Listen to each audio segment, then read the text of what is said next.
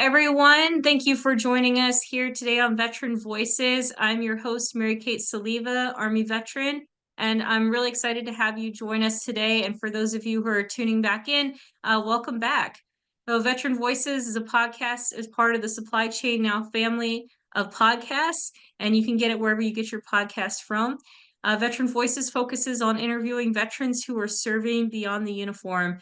And I'm super honored and very honored to have our special guest today, Dr. Amy Stevens. And she is a Navy veteran, and I'm just so thrilled that you're here. Thank you, Amy. Thank you for having me. Yes, and I'm glad that we had a chance to speak earlier and that we got connected in the great state of Georgia.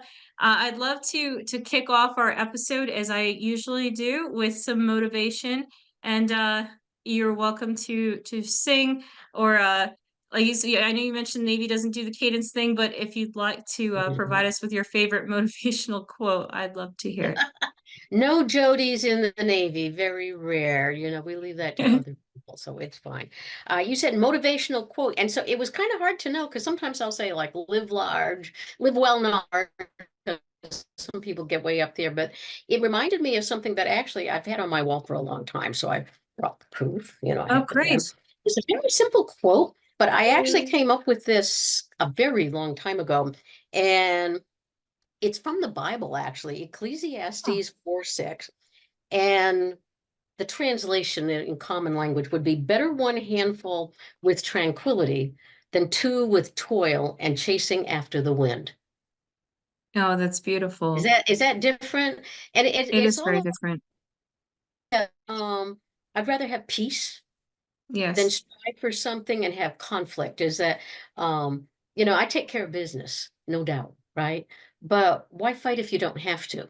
And if you can make positivity happen in a tranquil way, why not? And so I've actually kept, on my wall for a very long time. So I just thought I'd share that one. No, I thank you for sharing that. And that's a uh, beautiful verse. And what chapter did you say that was from? I'm gonna have to check that out.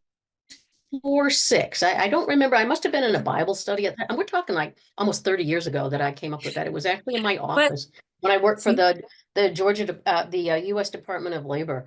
In the 1990s. I had that up there, and then that's one I just never threw away because I thought it was very meaningful. well, the fact that it still rings true today, I think that says something. And I know we're gonna be going in later about you being the founder of the Georgia Military Women, and I'm Mhm. excited to talk about that in a bit. But I'm gonna take us a little bit back to your upbringing, like where you grew up, and I think it tells a lot about person and just for not forgetting where our roots are. So I'd love if you could share about where you grew up and a little bit of anecdotes from that time. Oh, I don't know about anecdotes. I don't mind saying I'm 70 years old. I grew up in Augusta, Maine. That's where I'm from. Is that you probably have not met too many native Mainers. We're very proud of that. So, although my roots have gotten a little tangled, I am the gypsy of the family. Everybody else there, and for whatever reason, I guess I'm the chosen one that I decided that there was something else outside of the borders of the state. And I've been on the go ever since I was a child. I'm the one that always did that, even though I like tranquility and I love Maine. It is my home. Mhm. And someday maybe I'll live there more, but is that there's something that was a calling to leave. And it really started right from the beginning, that I just had this Yeah. sense of adventure and wanting to try new things. I've always been interested in other cultures. Um, and I was the first person in my family to go to college. So a low income family Incredible. had to struggle. I was inspired to go to college because my cousin Lila Stevens was a army nurse. She served in Vietnam, did multiple tours there. And I Wow. used to remember her coming home. She was quite a bit older than me, and she'd come home with her big Labrador dogs, and sometimes she'd bring a friend, and just hear about what she was doing. And of course, she didn't tell us the bad stuff. It was more of the adventure stuff that I thought I wanted to become a nurse just like her. And I actually did start college for nursing, and didn't take long for biochemistry and I to decide that that was not a good match. You and me both. And so I actually became a broadcasting major. It's kind of bizarre, but I actually totally switched. I tried theater, figured out that 411, ladies don't usually get the leading lady role, so I became a broadcaster, and I ended up actually switched to what was then Hmm. known as Lynchburg Baptist College. I felt a calling from God to be at a school that was faith-based, and graduated from there in 75. Ended up working in the broadcasting area, and I ended up actually working in educational television, and relocated to Oh, that's Milwaukee. I lived several years in Milwaukee from the state of Maine.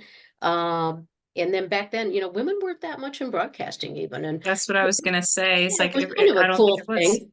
right. As though is that I kind of struggled with finding my place. And again, Mm. keep in mind, I'm a very short person. And so I probably looked like I was 10 or 12, by the time You still at keep that saying time. that. I know, Yeah, like I to know. me, it seemed like very tall, but I know you kept Yeah, saying but that you're I short. really was. Yeah. And one of the things that kind of kept nudging me was Lila and how she had done all of her stuff. And at a certain point in Milwaukee, I said, if I don't do it now, I'm not going to do it. And so at age 25, which is kind of old, I ended up joining the Navy to be a broadcaster. That's how I started out. I went to OCS at Newport, Rhode Island. My first duty station was Adak, Alaska, which people always think is interesting because it's this tiny little island out in the Aleutians that's closer to Russia than it is to the mainland. And Mhm. after that, I went to Japan for a couple of years, traveled all over the Far East, was in and out of particularly Korea during that time with Because I was because I yeah, remember go you ahead. had mentioned that about the time. Because I am curious though about why you chose the Navy. I know you said 25, and to me 25 is still young, but I'm curious if as far as the other branches go, what was so appealing about the Navy. And I've had some guests say that they saw the message on the billboard and it spoke to them, or that cool Oh, okay. commercial, Well, or I will tell badass you, movie. okay, the But reason why I didn't join the army was because I ran out of money in college. And I mm, went down to, actually, I almost joined the army when I was still in college, but the army recruiter lied to me. I, no way. that's what it was, is that the army recruiter Shame lied. on them. So, it was a trust thing. As I figured is that they misled me on what I was signing up for. Oh Unfortunately, goodness. I figured out a way to pay for my college and got out of that one. So I'm glad that that did not happen. That was in 73. And then when I decided, because I decided the Army was out because my trust was broken, I actually talked to the Air Force guys. And that's where I thought I wanted to go. But actually what happened with the Air Force recruiter, because now I had my degree and everything, was going to go in as an officer.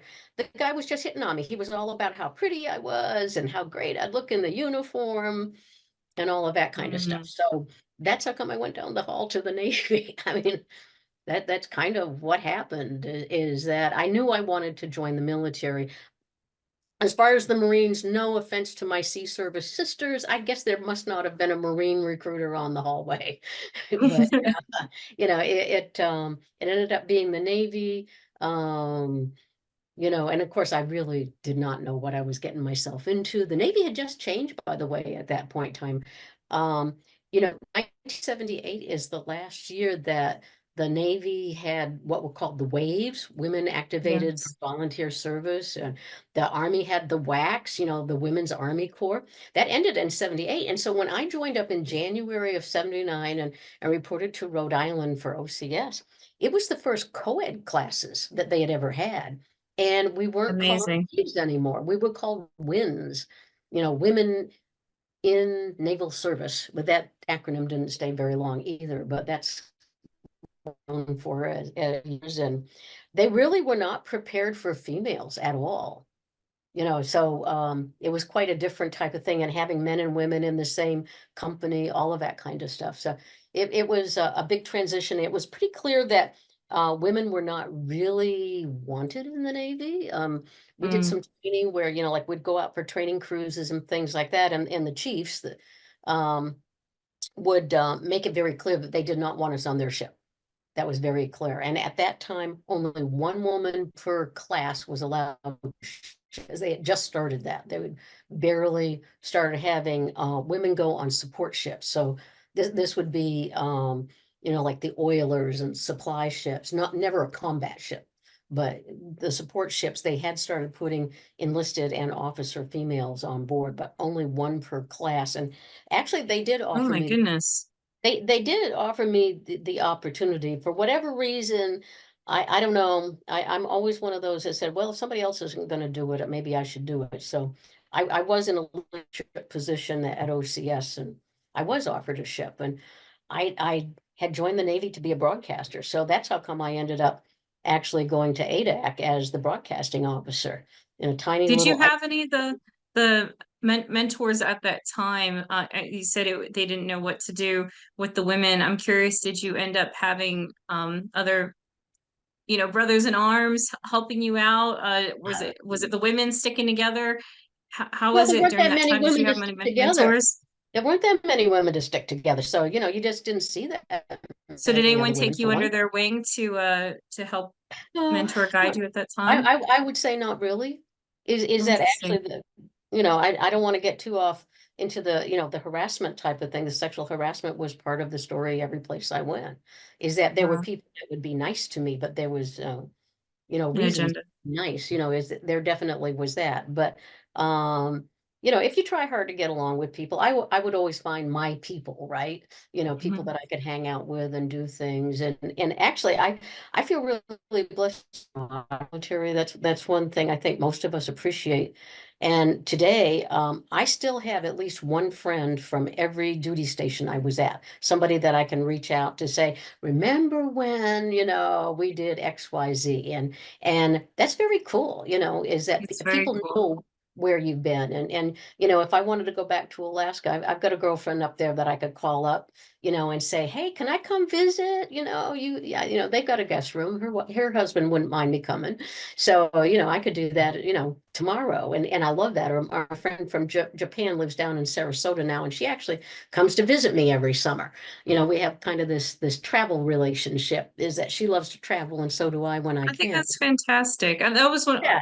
I think it's interesting Camaraderie you is said so about the important as sister. part of the story of being in Yes. the military that, we were talking about this the other day in my group about, civilians have no idea where we've been. It's awkward conversations, and the military kind of puts a lot of other stuff beside all of our, other reasons for being, they kind of come together when suddenly you realize, oh, you were in the Navy? Oh, I was in the Navy. And then, we have this amazing conversation, whether it's men or women that you meet. So I've always enjoyed that. It's part of who we are.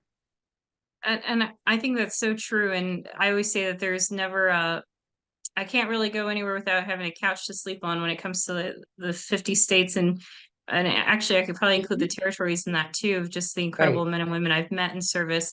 But I did want to touch about, because it's so fascinating for me. I'm still serving now, Mhm. and the fact that the time that you served in the 70s and 80s, and just thinking about that time frame for women, Uh-huh. just how was that in the sense of like resources and policies to protect you? Like, you mentioned some of What? the harassments. Like, was Resources? there anywhere to go, anyone Resources? to talk to? Policies? Nah, nada, None of nada. that No, no, existed. So no. it's like, what Well, did you no, no, I feel will like? tell I will admit there were token things. There were token things. And Right. actually, I was one of the early ones. I know some other people that were even more involved in it. But like definitely, you were a target. There was always somebody approaching you and basically, making comments if you wouldn't go along with whatever, And for so mothers, right? For the service women who ended up yeah, having and children. no, no, I'm just saying, harassment and things like that were just part of it. Mm. Is that most of us were single women. There weren't that many married women. If you got pregnant, you still, you tended to get out right away. They just had switched that. I don't remember what year that you didn't have to get out, but it was very difficult to be married for children. So you had all of that. And actually, I was one of the first ones after I did my tour in ADEC. My next duty station in Japan was Human Resource Management Detachment. Mm. And they did training on things like equal opportunity, drug and alcohol prevention, sexual harassment prevention, all of these soft touch HR types of things. Is I was what you called a general unrestricted line officer.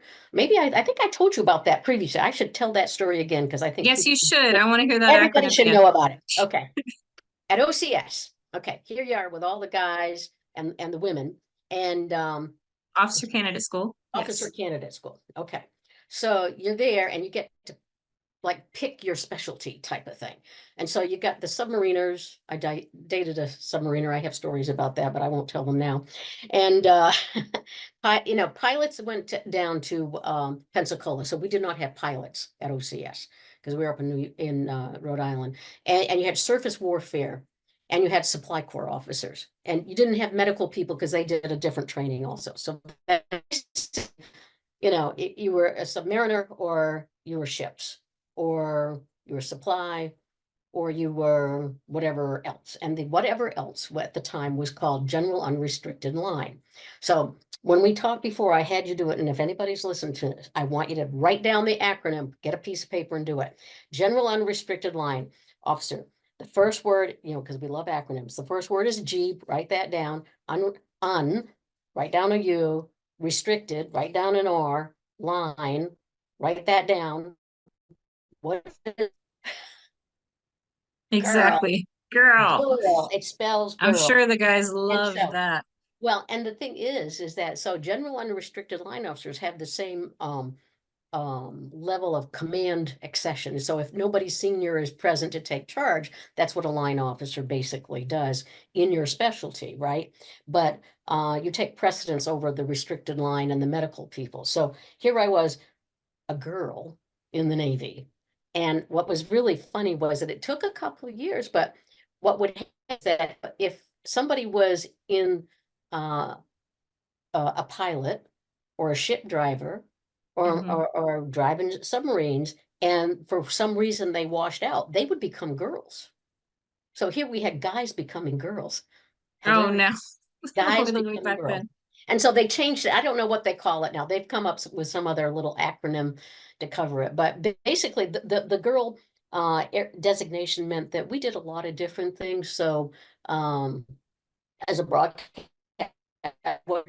line, I was a generalist. So I did that only for a year. But education and training really was my subspecialty. But you could have a subspecialty in things like human resources and some other things. So I'm guys really becoming curious to what girls. that guys becoming girls. And I can't imagine the I think it's acronym lasting admin very long something. even now, but It's I'd like love an to hear admin about thing. what was the as a for in broadcasting as far as what was a highlight for you as far as a story that you covered in your career in your military while you're in the Oh, military. oh no, honey, I was on an island in the middle of nowhere. We had like 5,000 people. They shipped in tapes that we could broadcast. We were on like a super secret squirrel location where the Marines would love to put us in the dirt. So all we did was played, we had two radio stations to entertain people and one television station that was pretty limited based on whatever at the time.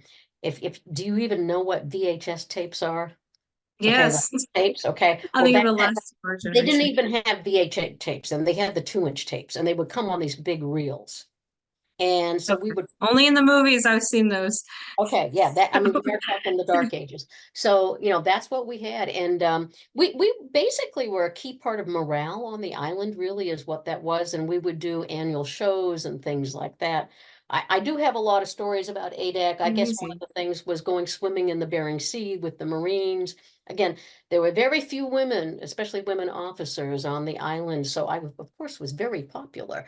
So because there's, with present, on a scale to 1 to 10, you're always going to be a 10 because you're the only one. So the Marines and I, You're a hoot. yeah, the Marines and I went swimming on Groundhog's Day. So Mm. February 2nd, 1980, I do have pictures to prove it. The Marines and I went swimming. It was like 32 degrees. They had actually they did have nurses on the island. The nurses and the ambulances and everything were pulled up to the edge of the water to make sure that if anybody had a heart attack or froze or something that they could pull us out. So it was kind of fun. So Like a risk assessment not taken. yeah, it No, was I think that a that's good time. fantastic. I love your stories about that. And that was so I'd like to take it to your transition because I know we could spend a lot of time talking about the whole military service, but I think it's really important, especially for our listeners who may be going through transition now. You said at the time even what policies, what resources. So I'm curious if there was anything for the transition process for you. What was that decision point for you to finally leave Right. the Well, Navy? you've got to realize that the military was in a transition at that time period. You know, I'll Mm, jump around, but on a more serious level, you have to think how much the military was changing. Is that we'd come out of Vietnam, you know, right. and all of that kind of stuff. The Cold War period, there was still war going on, and I do want to be serious about that. There were a lot of things going on that people don't think about. So when you say, you know, pre 9/11, we still had a lot of people going in harm's way. And that's not always acknowledged. Mm, And I do want to show respect to those people that did that.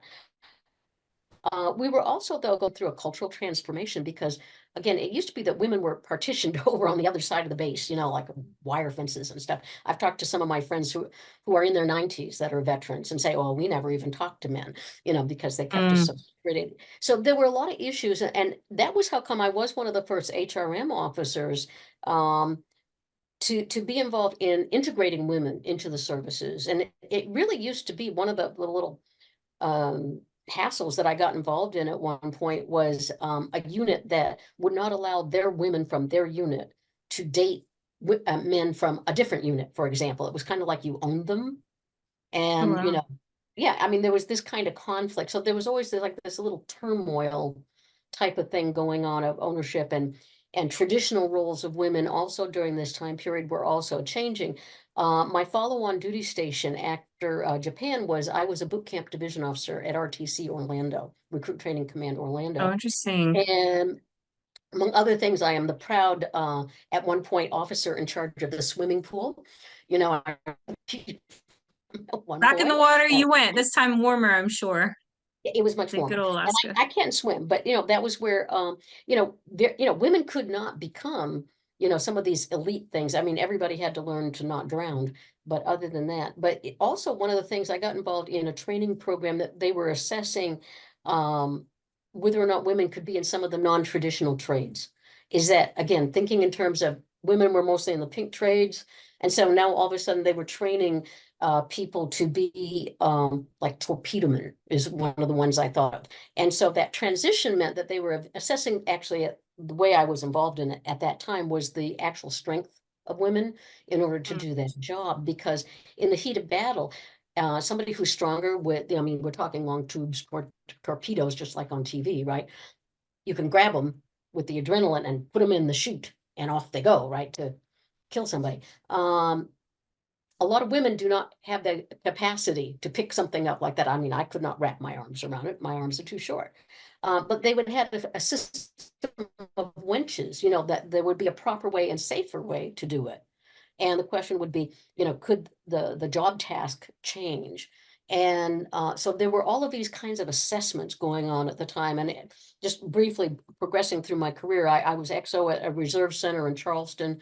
We had 2,500 reservists there, 25 different units of different kinds. And then I was the director of education and training for naval telecommunications in Washington as my last duty station. So I really kind of got into the education training and that insight of how do we best utilize people from you know, the needs of the Navy really, and to use people to their best capacity. And some of the studies that I was involved in as we looked at changing times, and also keep in mind the internet at that time. Very few people were really using technology. When I went to Washington, my secretary had the IBM Selectric with carbon copies. You're young enough. no Do you way. know what I'm talking about? Carbon copies. That's how you made copies. Yes, The Minion yes. machine. And Okay. and she was still using it. Right. And Wow. I steered I actually developed an interest in technology when I was in Japan, home of technology, right? I was one of the few people I knew that had a home computer. And I actually started taking classes. I knew how to do a little programming, COBOL, Fortran, BASIC, DOS were the computer languages at the time. when I was working for telecom, I was actually taking people home to see how my computer worked on my home computer. Not because we only had one computer for the office. And minimal. It was what they called a green screen. It was very specific the way it was programmed. I cannot A even chief of imagine that today, yeah, no, operating like yeah, no, I mean, it was like the dark ages. Well, the secretary could barely type anyway, but that. there was a chief warrant officer. We had a little game going on, is that every night after I left work, he would go and tinker with the computer and kind of break it a little bit. And then the joke was, could I fix it in the morning when I came in?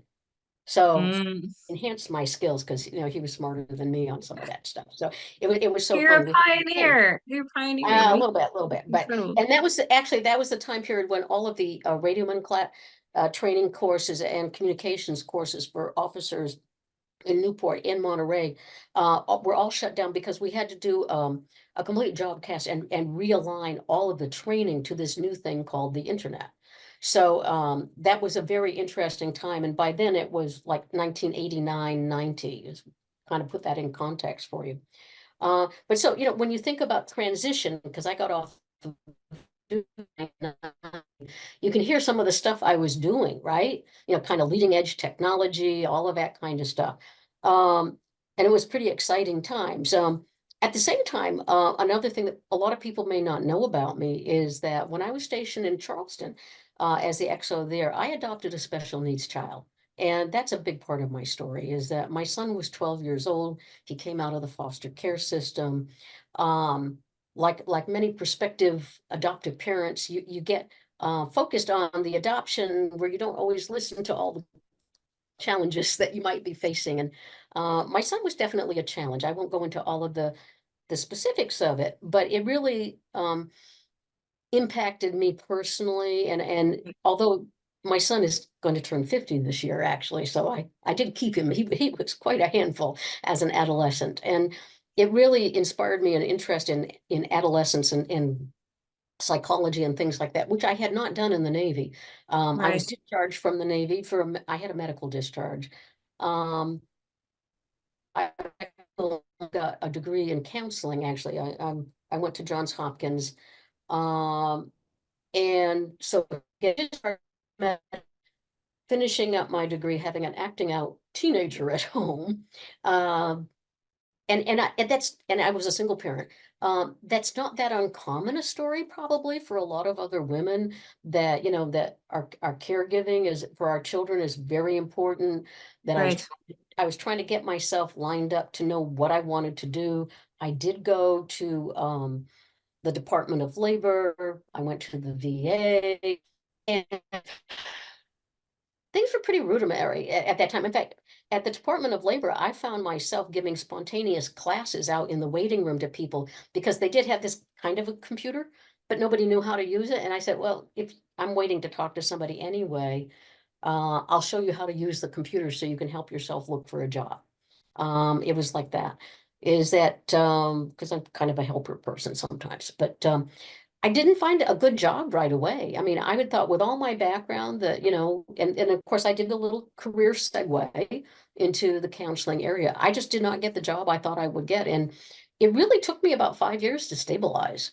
Um, I did work in the counseling field. I got my degree, worked in the counseling field for a while. I won't go into all of the background things, and there was the personal stuff going on. My son had some hospitalizations. I had a hospitalization during that time. I think it's important to note about you said 5 years because Yeah, I got off active duty in 21 and I felt right. like I needed to land on my feet right away, first out the gate. And so that's Yeah. where it's been comforting, a few years now after that to see that I feel like I'm still going through a transition. And there's a lot of veterans out there that took years to Well, transition and I and didn't really have to find anybody what to help me. they're You calling. know, Right.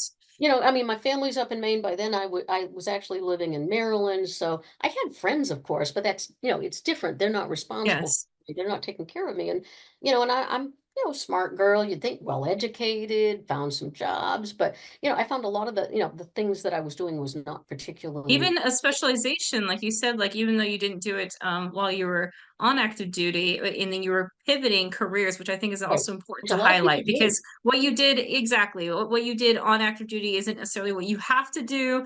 You don't have to. And that's the thing is I was learning about jobs in my job search that I had never even heard of. You know, when you're a little kid and you're like, I want to grow up and be a teacher or grow up and be a doctor. And then there's like these jobs that are specialists, especially even consulting. I found so many veterans and I didn't even really understand what that meant coming off Right. active duty.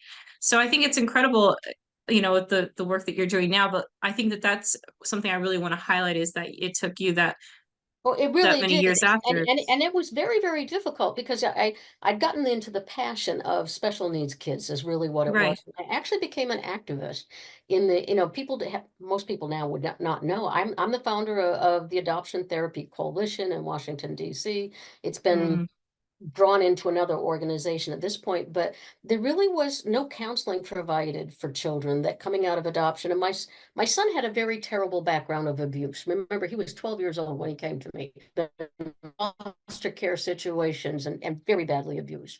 And people just didn't know, especially for boys, how to support them. And he also has severe learning important. disabilities. And I had a passion for that at the time. And I was actually known publicly. I did a lot of speaking on a national level at that time. And of course, that's a long time ago. Nobody knows me now. But, Well, I think you're but, amazing. I And did, that's I such did that important at the work. time, and so that was important to me to be passionate about that. And so meanwhile, though, especially the medical bills, just tons of medical bills. And this is an important part of the story. Is that all of a sudden I realized I didn't have enough money coming in to make the mortgage.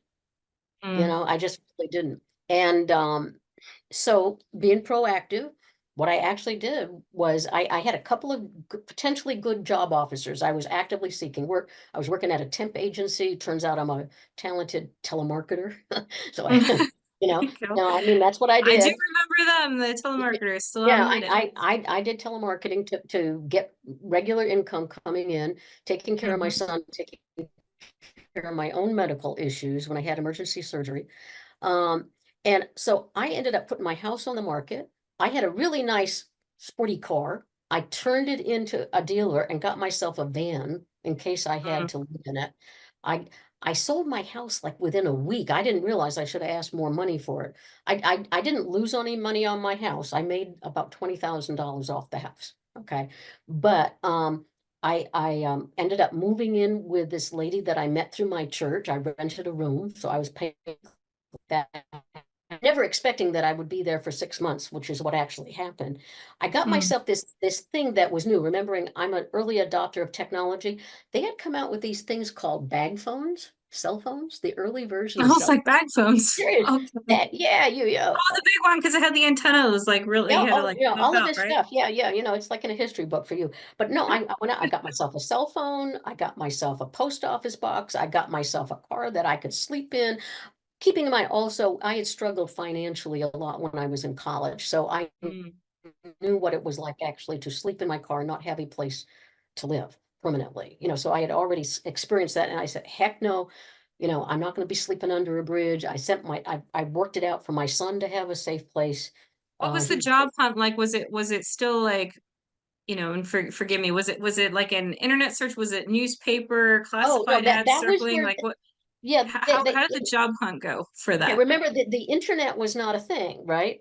And so Right. you could So go to the Department of Labor, and they still have, and they're much better now, but they, uh, uh, what do they call them? DevOps and levers. But that's acronyms for they have special people assigned working at the Department of Labor to help veterans. And that is a good place to go. But at the time, what they had for the computer was a green screen. It was just this little tiny print. And really, they kind of do it the same way. You have to go see somebody. You can't just pull it off the thing yourself. You have to which again identify goes to the challenge of match like, them. well, how's the veteran supposed to get there if they don't have Right. the vehicle All that of that. means? So And the newspaper is what you did. Think about that's it. what I was thinking, the Newspapers and newspaper. professional Mhm. magazines. If you have, in my case, because I had a specialty, that kind of thing. Yes. A lot of it was just through the Washington Post. I can't remember now where I got my job, but it was like that. You really actually mostly used the newspaper. There was not an internet. And again, during that time period, I was taking people home and saying, come see what I've got. And we're talking dial-up, you Yes. know, okay. So, and people that were executives in their organizations, I was bringing to my house, people from my workplace. And we are talking other Navy officers saying, I know we got this thing at work. Come see what I do on my computer Mhm. at home. And still very, very limited. My son actually got into computers a lot at that time period, and we ended up connecting with some of the early game makers, where at the That time, is so cool. yeah, it was very It's cool. like, We call up, yeah. I'm sorry, I'm not remembering one of them, but it was a famous one that you would know. The kid was actually working out of his garage and his mom answered the phone. He ended up with this huge company. And it is one that you would know. But, Richard would actually talk to him on the phone, just about all of this stuff. So, it was a very, it's hard to connect.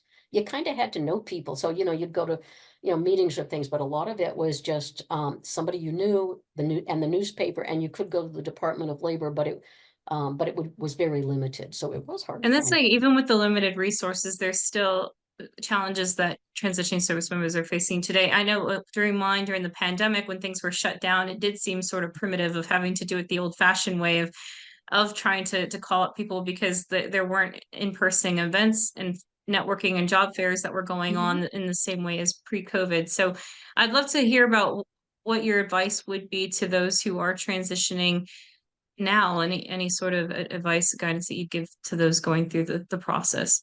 Well, number one, don't give up.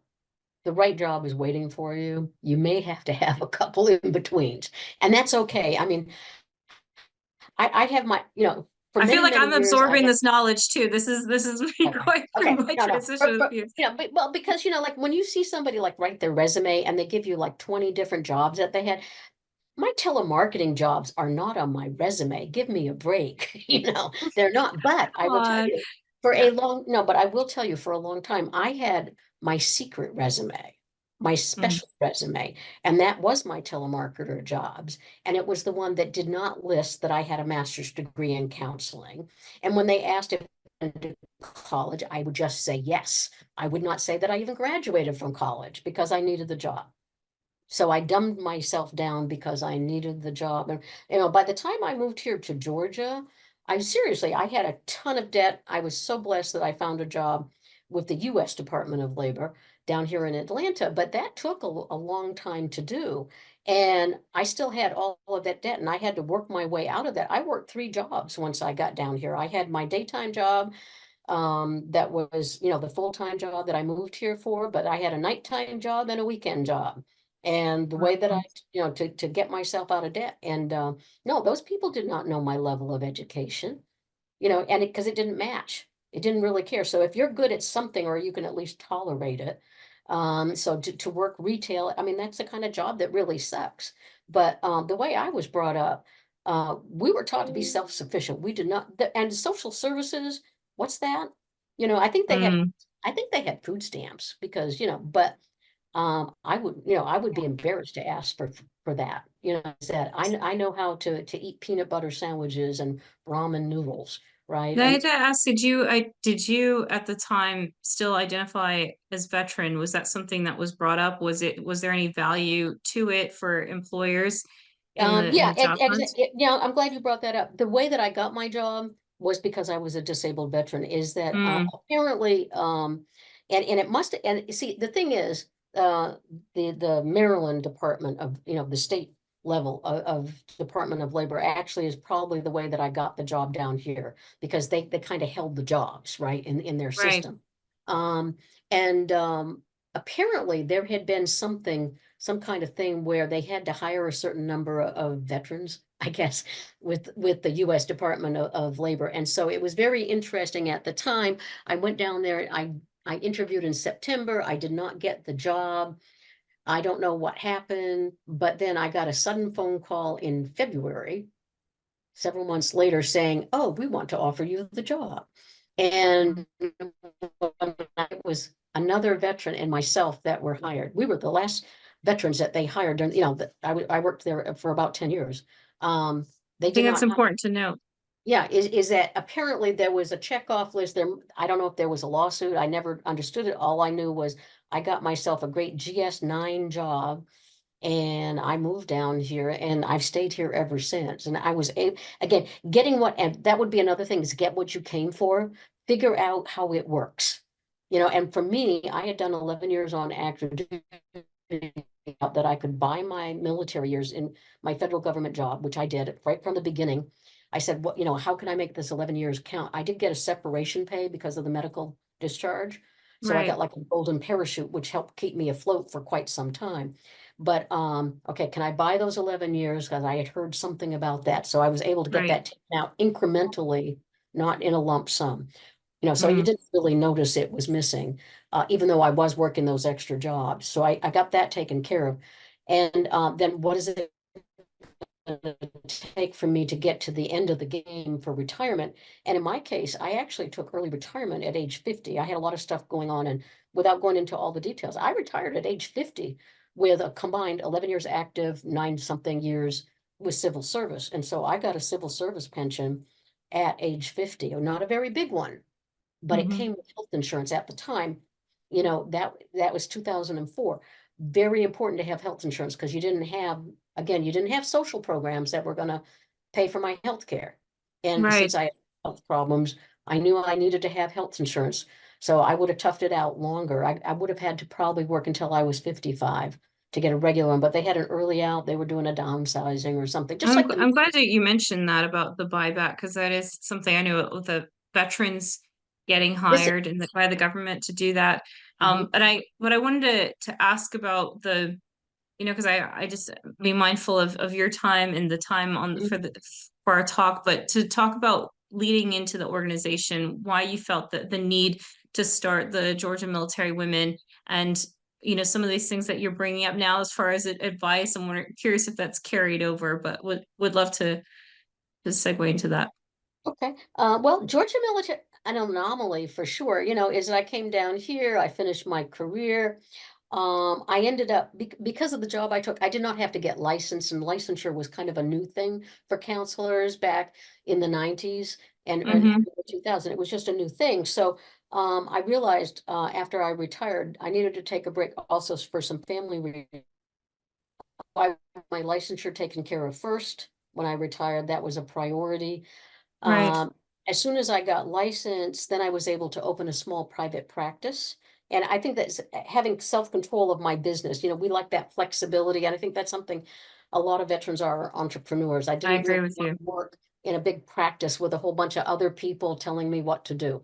And so I did a little budget. I actually did the whole thing like a napkin type of thing of how much money do I have to pay my bills? Because by then I had paid off my debts. What can I live on this business? It was very scary to do that. And so I opened a private practice in a little building not far from here that just happened to have a disabled American veterans chapter having their Mm, offices there. And I had really kind of walked away from, I mean, I've always been proud of being a veteran, but really not associated with it.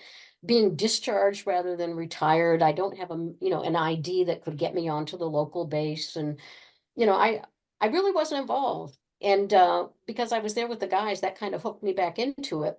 So that was 2006. And then but in 2008, you may not recall, but there was a great economic crash. yes, I Huge, do remember huge that. crash. Hmm.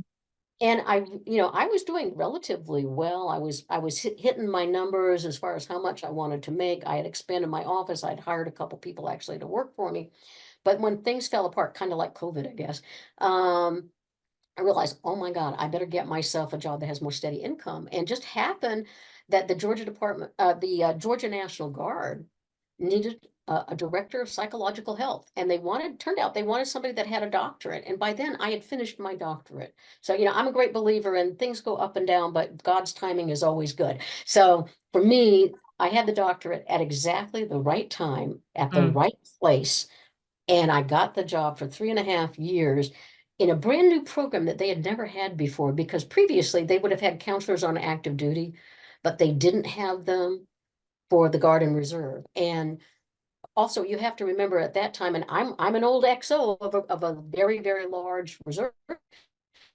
Back in the day, reservists didn't get called up. They never did, right? But we know that changed significantly after 9/11.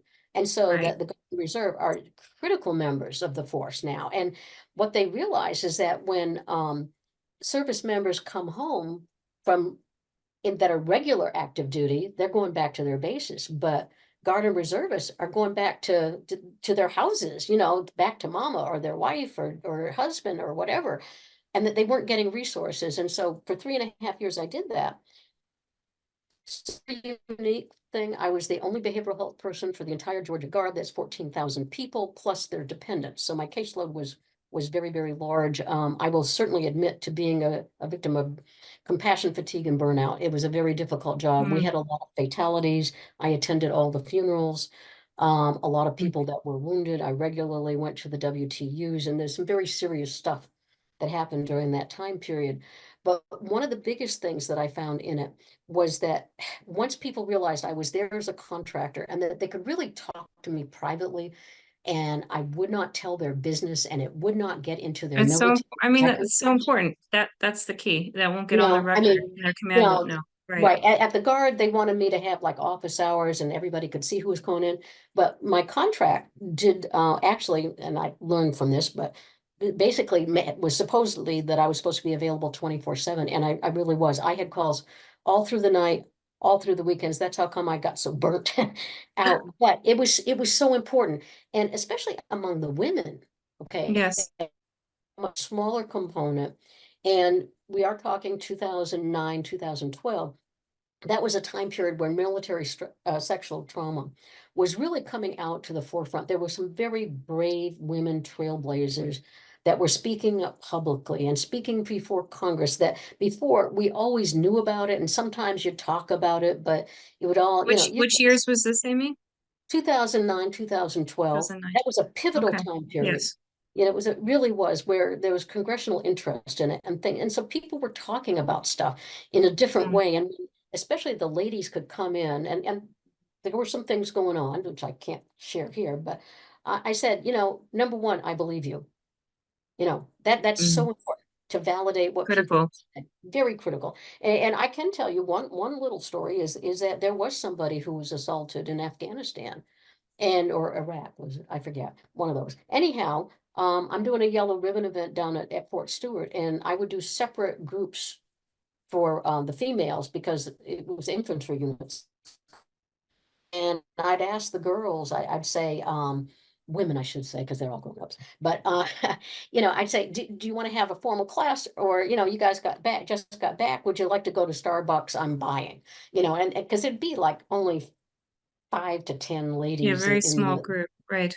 very small groups, and they all, I don't know, they all picked Starbucks, so it was good. And so I'd have my little bonding moment with them. But one of the things I remember in particular was like one young lady actually had been assaulted and she had been Mhm. sent back to the States. And she says, I've been back for 6 months. This is the first time I've heard from my unit to report for anything. I hadn't heard from anybody. Said, oh, and then we got to talking about the reason why she had been sent back, because by then she trusted me. And she told me what had happened. It turns out the perpetrator actually was still being held overseas, and supposedly Big Army couldn't find her. I said, wait a second. And by then, we had a really good SARC, sexual assault response coordinator.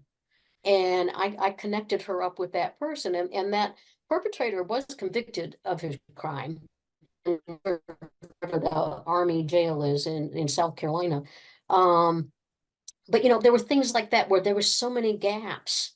And I can't imagine what it was really like for that young lady to come back after something like that and getting no support, no health treatment, no They mental weren't even health treatment. tracking her, and she They didn't weren't even even know. tracking her, So, right? And oh and my goodness. she was just And a that this is tiny, recent years. This is not like you're talking about no, 1970 no, something. she This was is just like a we're tiny talking about, little girl, and she oh probably my would not have goodness. told me if I hadn't invited the girls to go over to get Right. cup of coffee. And I remember that's one of those pivotal things, remembering the little voice in the back of my car. Can I talk to you about something that's private? I said, huh, sure, Mm. let's go over. And all the story comes out.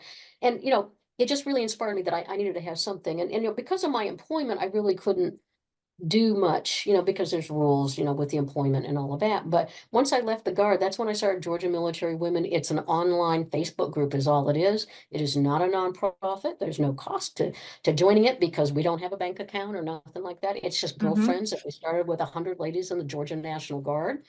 And it's just become amazing. We have 5,000 members now across the state. It, Love that. it's very diverse. You just have to identify as a woman, doesn't matter what branch, doesn't matter what your discharge status was, That's any of that great. kind of stuff. It's just that you have somebody to talk to. We're not therapists or caseworkers or financial aid people. It's really a girlfriend model that you can have somebody to talk to. So we do share a lot of information as ladies are bound to do. Yeah. We share a I ton like of that. I like information. that little tidbit at the Yeah, end. Yes. No, but I think yes, that it that's works. I love that. And I don't want listeners to breeze over the fact that you said about it doesn't matter discharge status and things like that. Because just like you said, it's all about support and identifying what those resources are and not feeling like you're going through things alone.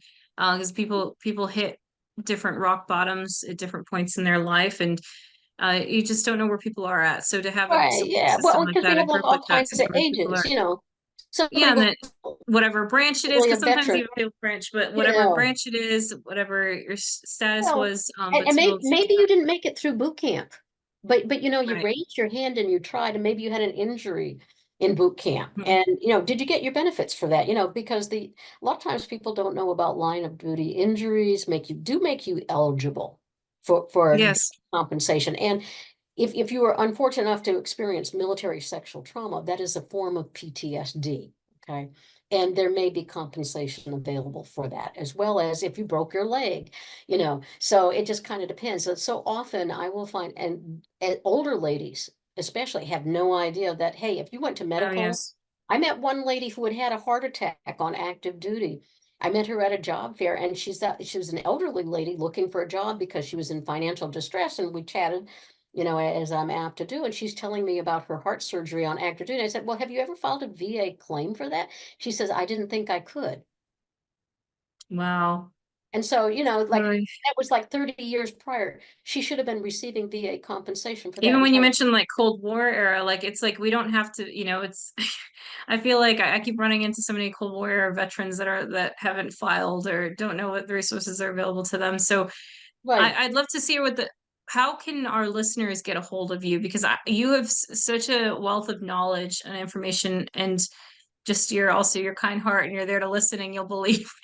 I just would love I just that. like to tell stories, but Well, this yeah, story piece too. I know I could talk. yeah. We definitely have to But schedule but but another. But I think that we should always pay for it if we're blessed, and absolutely, even if we're not blessed, eventually the blessings will come. And I think that's important to have that faith and hope for the future, because sometimes adversity comes our way as a way of preparing the way for other things. And if you want to connect with me, I am on LinkedIn. So it's Amy M. Stevens. On LinkedIn, and on Facebook, it's Georgia Military Women. I do have a private profile as well that you can follow me there if you want. If you live in Georgia and you are female and you are a veteran, we definitely want you to join us and come out and have a good time. We just went to a play this weekend at the Alliance. Home Depot is I love wonderful. They that. give us free tickets. We like that. Great. The Hawks give us free tickets to basketball. You name it, we got it. We know where all the free stuff is. But we just have Fantastic. a good time, and it's about camaraderie. So, Hmm. and I'm always willing to help somebody start a program. Again, Georgia Military Women is, it's totally out of pocket, very minimal cost. I hear about all of these big nonprofits and, hundreds of thousands of dollars. We got nada. You know, it will And you're give us still making something, it or happen. yeah, Amazing. and they'll occasionally reimburse me, but there's really minimal money involved, and it's kind of a pay as you go. Like we do cruises and bus trips, and the way that we do it is that it's at the cost. Nobody's making money off of anybody, Mm. which is amazing that we're able to do that. So, but it's all because we're girlfriends. We take care of each other. I love that. Thank you so much. And such a great sisterhood. And it's an honor to meet you. And I encourage our listeners out there to please share this information, share this episode. Amy, it was such an honor and pleasure. I'd love for anyone to tune in again, Veteran Voices, and as Amy mentioned, to tune in on Facebook and find them, follow, or on LinkedIn. So as we always say here on Veteran Voices, you can tune in wherever you get your podcasts from. We are part of the Supply Chain Now family. And as always, do good, pay it forward, especially as Amy said, pay it forward and do the good that's needed. Thank you all. And thank you, Amy. And we will see you all next time.